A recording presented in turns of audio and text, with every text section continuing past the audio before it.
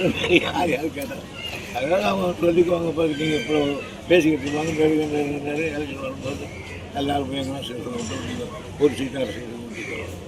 Sir, இந்த கரூர் சம்பவத்தில் வந்து திமுகவினர் மீது மாவட்ட செயலாளர் மீது அங்கே சொல்லப்படுற குற்றச்சாட்டு ஒட்டுமொத்த திமுக மேலே வந்து பதிகிறதுக்கான வாய்ப்புகளாக மாறுமா வரும் தேர்தலில்? அது எதிரொலிக்குமா?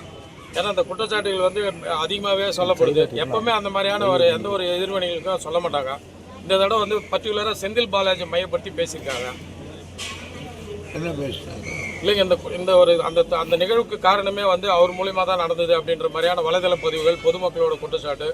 யாரும் சொல்லலை, அவரை நீங்கள் தான் சொல்கிறீங்க.